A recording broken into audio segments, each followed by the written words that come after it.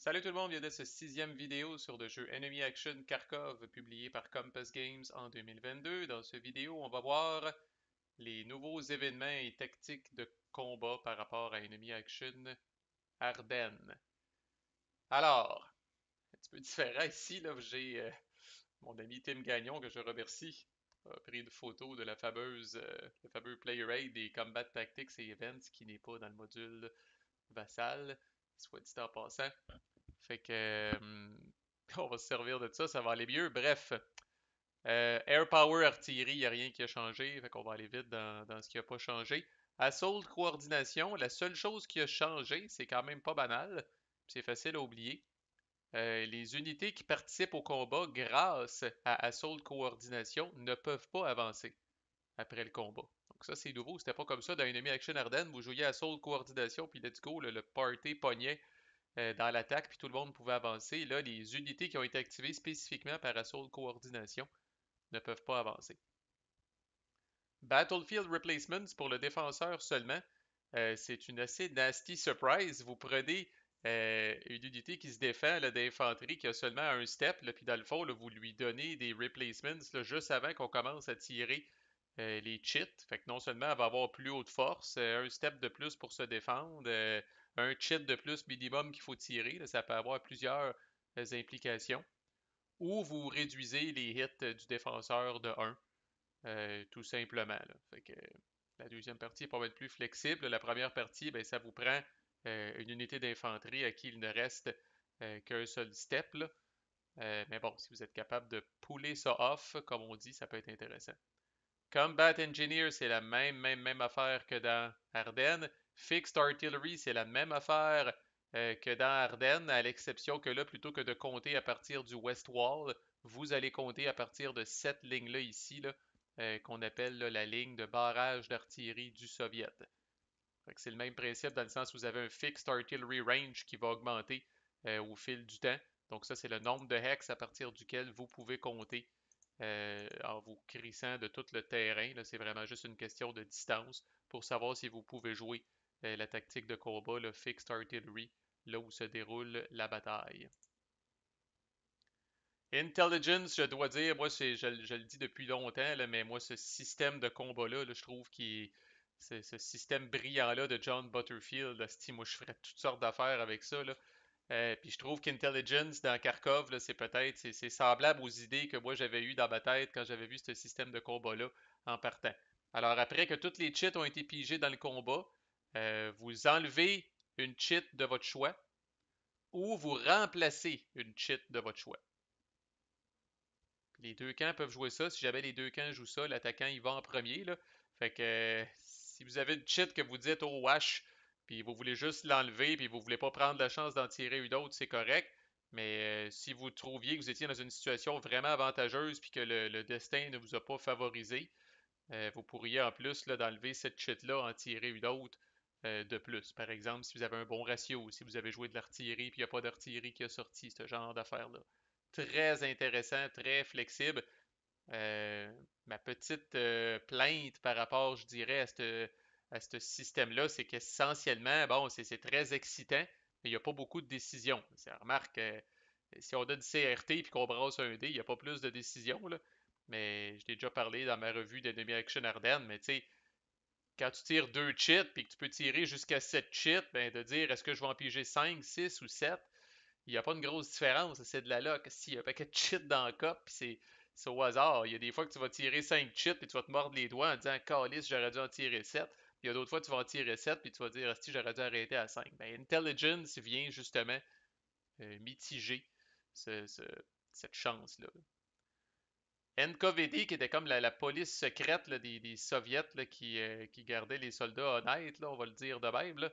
Euh, donc, si vous jouez cette tactique-là puis que vous attaquez, alors si au moins 5 cheats sont pigés, évidemment, là, je vous en, jouez pas cette tactique-là en attaquant si vous préparez pas à piger 5 combat cheats au moins.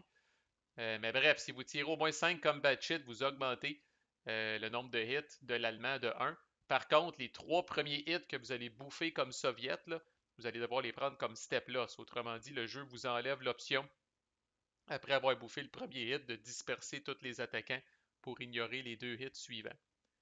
Puis si vous jouez ça en défense comme Soviet, ben vous réduisez les hits de 1. Par contre, vous ne pouvez pas retraiter. Ça, c'était comme la police qui se tenait en arrière des lignes, comme avec des. Tu sais, là, puis, voyez, continuer d'avancer, puis le fameux no retreat des Soviets, là. Et aussi, on l'a vu dans la vidéo précédente, ben, si cette tactique-là est à on, les fameuses cheats de NKVD s'appliquent. Je pense que je les ai encore d'ouvertes, là, mais c'est attention ici, là. Regardez comme il faut les cheats. Là, on rappelle que c'est le Soviet qui joue cette tactique-là. Alors, il y a une des deux cheats que n'ajustez pas votre appareil, le Soviet bouffe un hit, et l'autre cheat, le Soviet et l'Allemand bouffe un hit. Alors, tout n'est pas rose avec le NKVD, là. En fait, vous souhaitez quasiment ne pas voir les cheats. Bon, l'aspect de l'événement qui est bon, c'est évidemment d'augmenter le nombre de hits allemands de 1 si vous pigez au moins 5 cheats de combat. Ça, c'est très bon. En défense aussi, c'est bon, réduire les hits du Soviet de 1 avec le petit drawback qu'on ne peut pas retraiter, mais soyez conscient que ça enable les cheats qui ne sont pas nécessairement super pour le Soviet.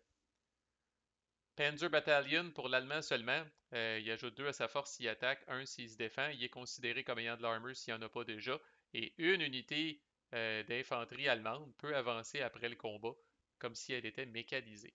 Ça existait peut-être même tel quel dans Enemy Action Ardennes, je me rappelle plus. Partisan, ça c'est le Soviet seulement. Ouf! Alors ça peut seulement être joué si les défenseurs sont dans du woods, du town ou une city. Donc après avoir déterminé les hits du combat, on réduit le nombre de hits des Soviets de 1 ou on augmente le nombre de hits des Allemands de 1 au choix du Soviet. Par contre, si le combat se passe dans une cité, on fait les deux. Alors on réduit le nombre de hits du Soviet de 1 puis on augmente le nombre de hits de l'Allemand de 1. Aïe aïe! Partisans qui étaient comme des résistants ou de fidèles, justement, partisans des Soviets là, qui aidaient là, en picossant l'ennemi. Là. Fait que, aïe aïe, on va voir qu'il y a quelque chose de pire encore avec les partisans là, à droite. Là. Pull Out, c'est la même affaire que dans Ardennes. Rifle Brigade, Soviet seulement. Le Soviet ajoute 2 à sa force s'il attaque, 1 s'il se défend, puis il réduit le nombre de hits qu'il reçoit de 1. Quand même très intéressant. Screen, même affaire que dans Enemy Action Ardennes. Reinforced Battle, encore là, ils l'ont nerfé un petit peu, ils l'ont tweaké un petit peu. Les deux choses, moi, que je vois de mémoire qui sont différents, c'est que la unit qui vient renforcer doit être soit dans la même armée ou le même front, la même armée allemande ou le même front soviète qu'une unité qui participe déjà dans le combat. Ça évite de prendre n'importe qui. Là. Vous prenez, disons, un cousin éloigné, mais un cousin pareil, des unités qui sont en train d'attaquer ou de se défendre. Là. Pas moyen de mixer les armées ou de mixer les fronts avec ça. L'autre chose que je suis convaincu que c'est nouveau, là, euh, c'est que si c'est en défense, une unité qui est adjacente à une unité active ne peut pas être choisie pour renforcer. Qu'est-ce que je pourrais bien prendre comme patente? Fait qu'imaginez, qu'on est comme ça ici, puis que, bon, Popov fait une attaque ici. Donc, tout Popov est activé, donc on se retrouve de même pour une raison X. Puis là, le Russe déclare une attaque ici. Ben, normalement, j'aurais été capable dans Ardennes de faire Reinforced Battle, de prendre eux autres, puis de les amener pour venir renforcer, ce qui est catastrophique comme événement. Si boire, là, je tombe à 8 de force, ça vient fucker le ratio complètement. Là, on en a brisé des plans avec Reinforced Battle. Mais là, cette unité-là est adjacente à une unité soviète qui est active en ce moment parce qu'elle fait partie de Popov puis qu'elle a été activée. Fait qu'elle a comme elle a quelque chose pour occuper son esprit puis elle n'a pas le cœur à faire Reinforced Battle. Donc dans Kharkov, elle ne peut pas faire de Reinforced Battle cette unité-là.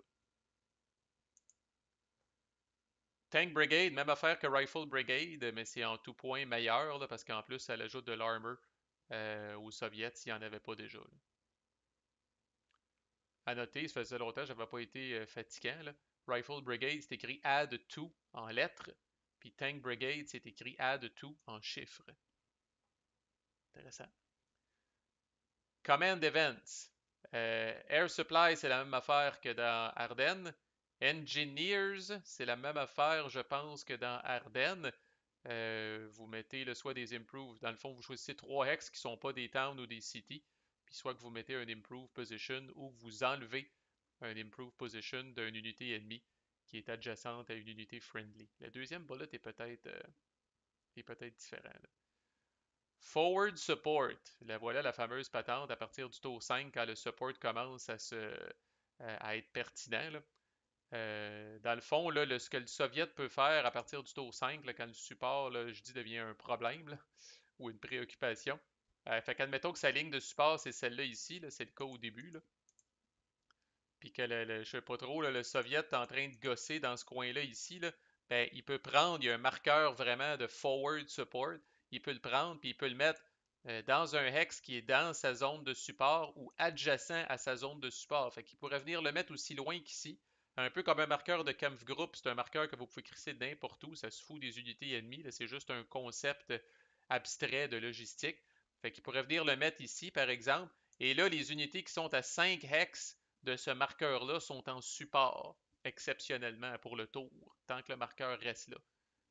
C'est une façon d'étendre votre zone de support temporairement comme Soviet au prix d'une carte puis d'un événement, d'étendre votre support de 5 hex, le temps de faire des opérations particulièrement critiques dans un raccoin. Ou si vous pensez que vous allez vous faire rentrer dedans, qu'il y a des unités qui sont en dehors de la zone de support vont se faire rentrer dedans, bien, vous pouvez jouer ça aussi, là. Et là, je reviens au Air Interdiction, qui peut venir tout briser ces beaux plans-là, mais l'Allemand, lui, a un événement qui lui permet d'enlever un Soviet Forward Support Marker de son choix de la map. Parce qu'il y a deux marqueurs de Forward Support, fait que le Soviet pourrait en placer jusqu'à deux dans un tour. Fait que là, ça devient une question qui a la carte et qui joue la carte en premier. Puis bon, mais c'est intéressant aussi là, comme réflexion. Overextended, c'est en lien avec le support aussi. Vous placez des dispersed markers sur toutes les unités soviétiques dans 3 hex qui ne sont pas en support. Fait que des fois, on va être out of support, puis on va se dire, ah, je suis out of support, mais c'est pas si pire, il va peut-être pas m'attaquer, ou ta ta ta ta ta ta. Fait que là, bang, cet événement-là arrive, là, 3 hex qui sont out of support. Vous venez mettre des marqueurs de disperse sur ces unités-là. Évidemment, ça va beaucoup les jammer pour le tour, puis ça les expose à se faire, à souffrir des cheats de Dispersed Unsupplied pendant le combat qui s'en vient. Puis Partisan Uprisings du Soviet, c'est franchement chiant, là. Vous placez des marqueurs de Dispersed sur toutes les unités allemandes dans 3 villages ou cités. Typiquement, on se fait jouer ça dans Kharkov.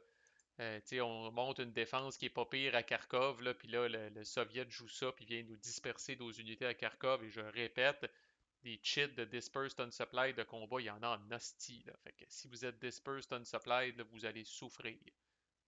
Puis si cette ville-là t'as pas encore tombé, là, des fois, fait qu'en jouant une carte, le Soviet peut venir mettre du Dispersed ici, du Dispersed ici, puis du Dispersed ici, mettons. Puis souvent, là, pour bien faire, vous allez avoir des mauves ici, vous allez avoir des jaunes ici, puis vous allez avoir des rouges ici. Fait que pour enlever les marqueurs de Dispersed, vous allez devoir activer 3 corps distincts comme allemand. Fait que c'est sûr et certain que vous allez manger à la claque, euh, inévitablement, là, au moins à une des 3 places, là. Fait que ça peut toujours être utilisé. Ça, ils appellent ça des command events. Puis comme dans Ardennes, si vous avez des cartes justement comme Stavka, comme von Manstein ou des cartes d'armée ou de front, là, des cartes qui vont vous dire, hey, là, tu peux utiliser n'importe quel command event, ben, ça inclut là, ces 1, 2, 3, 4, 5, 6. Ça inclut ces 6 événements-là. Mais les événements spéciaux, eux autres, ne peuvent jamais être répliqués. Vous devez les avoir sur votre carte. C'est vraiment des événements, on va dire, uniques, là, spéciaux, là, comme le nom l'indique, là.